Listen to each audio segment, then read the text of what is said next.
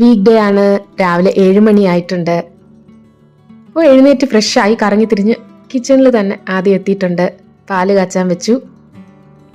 അങ്കിത്തിന് ഇന്ന് ദോശയും തക്കാളി ചട്നിയാണ് കൊടുത്തു വിടുന്നത്. അപ്പോൾ തക്കാളി ചട്നിക്ക് വേണ്ടി ഞാൻ കുറച്ച് എണ്ണ ഒഴിച്ചു, ഒരു സവാള വഴറ്റി, ഒരു തക്കാളിയും കൂടെ ഇട്ടിട്ടൊന്ന് ചെറുതായിട്ടൊന്ന് വഴറ്റിയെടുക്കുക. അതിലേക്ക് കുറച്ച് കായപ്പൊടിയും മുളക് പൊടിയും ആവശ്യത്തിന് ഉപ്പും കൂടെ ചേർത്തിട്ട് നന്നായിട്ട് ഒന്നും കൂടെ ഒന്ന് ഇളക്കി ഓഫ് ചെയ്ത് ആറിയതിന് ശേഷം അരച്ചെടുക്കാം. കുറച്ച് ദോശമാവ് ഞാൻ ഉപ്പിട്ട് മാറ്റി വെച്ചിട്ടുണ്ട്. പെട്ടെന്ന് ദോശയും ചുട്ടെടുത്തു. 2 സ്ട്രോബെറിയാണ് ഫ്രൂട്ട്സ് ബ്രേക്കിന് വെച്ചത്. അപ്പം ഞാൻ ദോശയും ചട്നിയും കൂടെ ഒരുമിച്ച് ഒരു പാത്രത്തിൽ തന്നെ ഇന്ന് കൊടുത്തു വിടുക.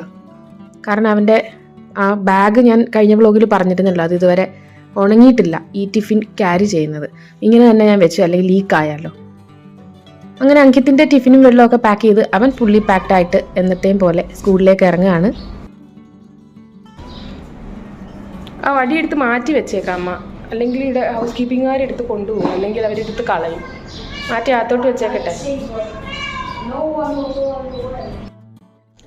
അപ്പോൾ നമ്മുടെ ഇന്നത്തെ സ്കൂളിലെ ഓഫീസിലെ തിരക്കൊക്കെ കഴിഞ്ഞു. ഇനി തുണി കഴുകാനിടണം കുറച്ച്, പിന്നെ ഇവിടെയൊക്കെ ഒന്ന് അടുക്കി ഒരുക്കി വൃത്തിയാക്കി ലഞ്ച് ഉണ്ടാക്കണം. ഇതൊക്കെയാണ് ഇനിയുള്ള പരിപാടികൾ. അപ്പോൾ ഇന്നത്തെ ഇവിടുത്തെ കാലാവസ്ഥയെന്ന് പറഞ്ഞാൽ നല്ല കാറ്റാണ്. താഴെ കരിയിലൊക്കെ ഒത്തിരി വന്ന് കിടപ്പുണ്ട്. ഈ വേപ്പിൽ നിന്ന് വന്ന് വീണ ഇലകളാണ്. ഈ സ്പ്രിങ് ടൈം തുടങ്ങുകയാണല്ലോ. നല്ലൊരു കാലാവസ്ഥയായി ഇപ്പോൾ ഇവിടെ. എനിക്ക് നമ്മുടെ നാട്ടിലെ മകരമാസത്തിലെ ഒരു തണുപ്പുണ്ടല്ലോ, അതിലും കുറച്ചും കൂടെ ഒന്ന് തണുപ്പുണ്ട്, അത്രേ ഫീൽ ചെയ്യുന്നുള്ളൂ. നല്ല സുഖമുള്ള കാറ്റാണ്. രാവിലെ എഴുന്നേറ്റപ്പോൾ തന്നെ നമുക്കൊരു എന്തോ ഒരു ഐശ്വര്യം പോലെ തോന്നും. അത്രയ്ക്ക് നല്ലൊരു കാലാവസ്ഥയായിപ്പോൾ. നമ്മുടെ നാട്ടിൽ കരിയിലക്കുരുവി എന്നൊക്കെയല്ലേ ഇതിന് പറയുന്നത്. കുറേ കുരുവികൾ വന്നിട്ടുണ്ട് അവിടെ. പിന്നെ നീളം വാലുള്ള ഒരു പക്ഷിയുണ്ട്, എനിക്കറിയത്തില്ല അതിൻ്റെ പേര്. നമ്മുടെ നാട്ടിലൊക്കെ കാണാറുള്ള ഉപ്പൻ്റെ കളറാണ്. പിന്നെ നീണ്ട വാലുണ്ട്, ഒരു കറുപ്പും വെള്ളയും ഷെയ്ഡൊക്കെ ഉള്ള പക്ഷി. പിന്നെ കുറേ കുരുവികൾ.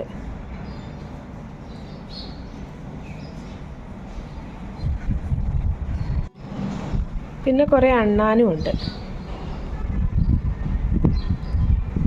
വെയിലിൻ്റെ തിളക്കം ഒന്ന് കാണിച്ചു തരാം ഇപ്പോഴത്തെ.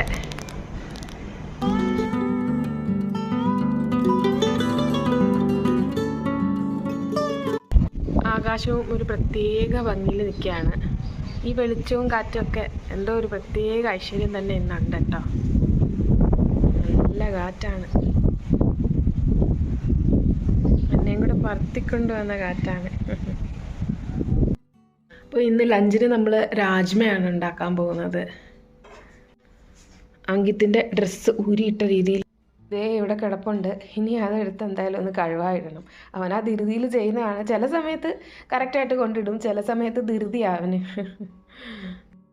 നമ്മുടെ നാട്ടിൽ അങ്ങനെ അധികം പരിചയമില്ലാത്തൊരു സംഭവമാണ് ഈ രാജ്മ എന്ന് പറയുന്നത്. കിഡ്നി ബീൻസ് എന്നാണ് ശരിക്കും അത് പിന്നെ പറയുന്നത്. ഭയങ്കര ഗുണമുള്ള സംഭവമാണ്. നമ്മുടെ നാട്ടിൽ അങ്ങനെ അധികം ആരും അങ്ങനെ എൻ്റെ ചെറുപ്പത്തിലൊന്നും ഞാൻ കേട്ടിട്ടേ ഇല്ല. ഇവിടെ വന്നിട്ടാണ് രാജ്മയൊക്കെ കേൾക്കുന്നത് തന്നെ.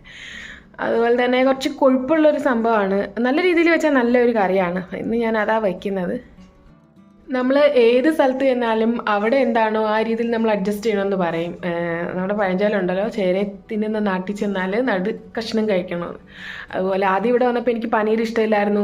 വെള്ളച്ചോറ്, നമ്മുടെ ബസ്മതിയുടെ അതുപോലത്തെ ചോറൊന്നും ഞാൻ കഴിക്കത്തില്ലായിരുന്നു. ശരിക്കും ഞാൻ ഭയങ്കര മെലിഞ്ഞിട്ടായിരുന്നു. ഭക്ഷണം കഴിക്കാണ്ട് എനിക്ക് ഒത്തിരി അസുഖങ്ങളൊക്കെ വന്നു. പിന്നെ എനിക്ക് നിവർത്തികേട് കൊണ്ട് ഞാൻ കഴിച്ചേ പറ്റത്തുള്ളൂ എന്ന് വെച്ചിട്ട് അങ്ങനെ കഴിച്ച് പിന്നെ അതൊക്കെ എൻ്റെ ഫേവറേറ്റ്സ് ആയി. ഇപ്പോൾ ഒത്തിരി ഫേവറേറ്റ് ആണ് paneer.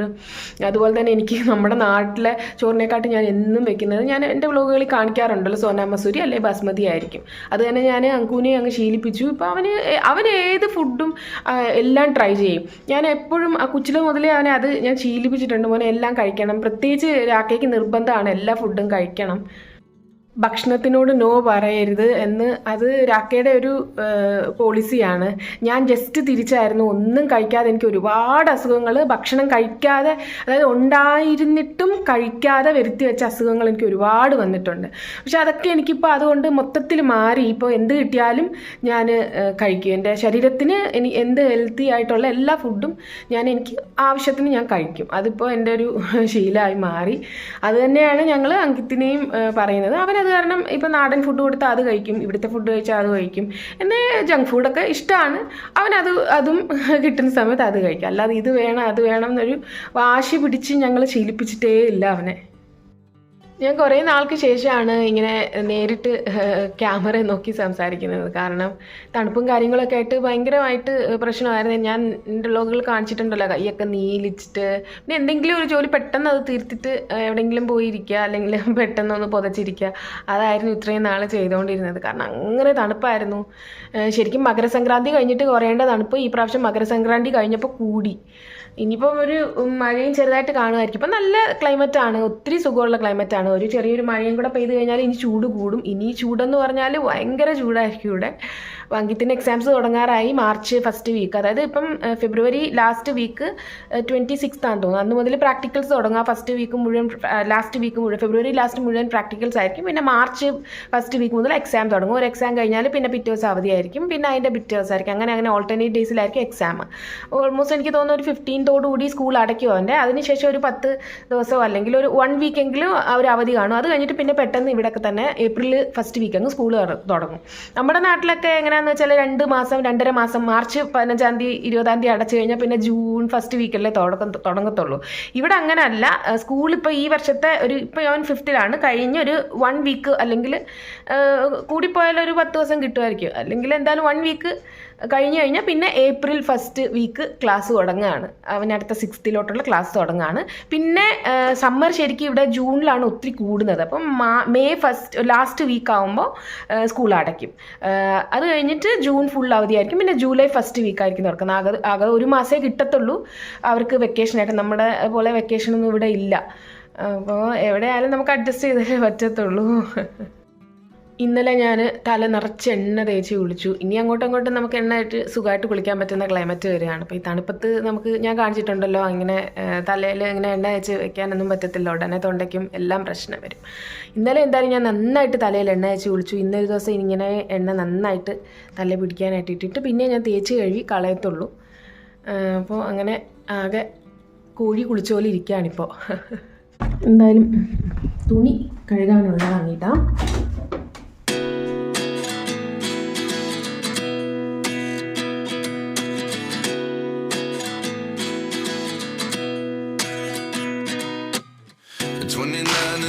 Myself wondering what did happen to the last 10. I ran away with my life, fast forward, never turn back again. It's kind of funny that the more we pass time, the more we need to set them rewind. And 19 was the year I had to leave you, but now I'm seeing all the signs. Is this really happening? I can't believe it's true. I'm just as surprised as you. This really happening? I can't be too sure, but one day I'll be yours again. നമ്മുടെ ചെടിക്കിന്ന് വെയിൽ കൊള്ളിക്കാമെന്ന് വെച്ചിട്ട് ഞാൻ വിചാരിച്ചു വേണ്ടാന്ന്. കാരണം എന്നും വെയിൽ കൊള്ളിച്ചാലും ചിലപ്പോൾ കരിഞ്ഞു പോയാലോ. അപ്പോൾ ഒന്നിരാടം വെയിൽ കൊള്ളിച്ചാൽ മതിയെന്ന് വിചാരിച്ചു. എന്തായാലും കുറച്ച് വെള്ളമൊക്കെ തളിച്ചൊന്നൊഴിച്ച് തിരിച്ചു കൊണ്ട് വെച്ചിട്ടുണ്ട്. CC പ്ലാന്റിന് ഞാൻ നേരത്തെ പറഞ്ഞിട്ടുണ്ടല്ലോ, മാസത്തിൽ 2 പ്രാവശ്യം ഒഴിച്ചു കൊടുക്കത്തുള്ളൂ. ബാക്കി പുറത്തിരിക്കുന്ന ആ ചെടിക്കും നമ്മുടെ അകത്തെ അലങ്കാര പനിക്കും കുറച്ച് വെള്ളം ഒരു 2-3 ദിവസം കൂടുമ്പോൾ ഒഴിച്ചു കൊടുക്കും. അങ്ങനെ മൊത്തത്തിലൊന്ന് ഒതുക്കിയിട്ടിട്ടുണ്ട് വീടെല്ലാം. ഇനി ക്ലീനിങ്ങും, അതായത് അടിച്ചു വാരി തുടയ്ക്കലൊക്കെ മെയ്ഡ് വന്ന് ചെയ്തോളും. എൻ്റേതായ ഒരു അടുക്കലും പറക്കലും ഒക്കെ സമാധാനത്തിനായിട്ടൊന്ന് ചെയ്തിട്ടുണ്ട്. ഇനി ലഞ്ച് ഉണ്ടാക്കാനായിട്ട് കയറാം. നമ്മുടെ ലഞ്ചിൻ്റെ കറിക്കുള്ള രാജ്മ തലേദിവസം ഉച്ചയ്ക്ക് ഞാൻ കുതിർത്ത് വെച്ചിട്ടുണ്ടായിരുന്നു. നന്നായിട്ട് രാജ്മ കുതിരണം, ഇല്ലെങ്കിൽ ഒരു ടേസ്റ്റ് കാണത്തില്ല അത് വെന്തില്ലെങ്കിൽ. അങ്ങനെ തലേദിവസം കഴുകി ഒന്ന് കുതിർത്തിയിട്ടത് നന്നായിട്ട് കുതിർന്ന് കിട്ടിയിട്ടുണ്ട്. ഇനി അത് നമുക്ക് വേവിച്ചെടുക്കാം. ഒന്നും കൂടെ ഒന്ന് കഴുകി കുക്കറിലേക്ക് ഇട്ട് കൊടുക്കാം. ഇത് നമ്മുടെ നാട്ടിലെ ചിക്കൻ മസാല വെക്കുന്ന പോലെ വെച്ചാൽ നല്ല ടേസ്റ്റാണ്. അതല്ല നോർത്ത് ഇന്ത്യൻ സ്റ്റൈലിലും വെക്കാം. പക്ഷേ എനിക്ക് ഇവിടുത്തുകാർ വെക്കുന്ന ഒരു സ്റ്റൈലാണ് കുറച്ചും കൂടി ഇഷ്ടം. കാരണം കസൂരി മേത്തിയൊക്കെ ചേർക്കുമ്പോൾ ഒരു പ്രത്യേക ടേസ്റ്റാണ്. നമ്മുടെ നാട്ടിൽ കസൂരി മെത്തിയുടെ ഫ്ലേവർ ഒന്നും ഇഷ്ടമില്ലെങ്കിൽ നമ്മുടെ നാടൻ ചിക്കൻ കറി വെക്കുന്ന രീതിയിൽ വെച്ചാൽ നല്ല ടേസ്റ്റാണ്. ഈ കഴുകി ഞാൻ കുക്കറിലേക്ക് ഇടുന്ന അതിലേക്ക് ഞാൻ കുറച്ച് ഹോൾ സ്പൈസസ് ഇട്ട് കൊടുക്കുന്നുണ്ട്. അതായത് 3-4 കഷ്ണം ഗ്രാമ്പു, 1 കഷ്ണം കറുവപ്പട്ട, 1 കഷ്ണം തക്കോലം, പിന്നെ ഒരു ബേ ലീഫും കൂടെ, പിന്നെ ആവശ്യത്തിന് ഉപ്പും കൂടെ ഇട്ടിട്ട് വെള്ളം ഒഴിച്ചിട്ട് ഹൈ ഫ്ലെയിമിൽ, എൻ്റെ കുക്കറിന് ഒരു 4-5 വിസിൽ കൊണ്ട് വെന്ത് കിട്ടും. കുക്കറിൻ്റെ വേഗം അനുസരിച്ച് വേഗ് മാറും. അപ്പോൾ എനിക്കൊരു 4-5 വിസിലോടുകൂടി വെന്ത് കിട്ടും. ഹൈ ഫ്ലെയിമിലാണ് ഞാൻ കുക്കർ വെച്ച് കൊടുത്തിട്ടുണ്ട്. കൂടെ ചോറാണ്.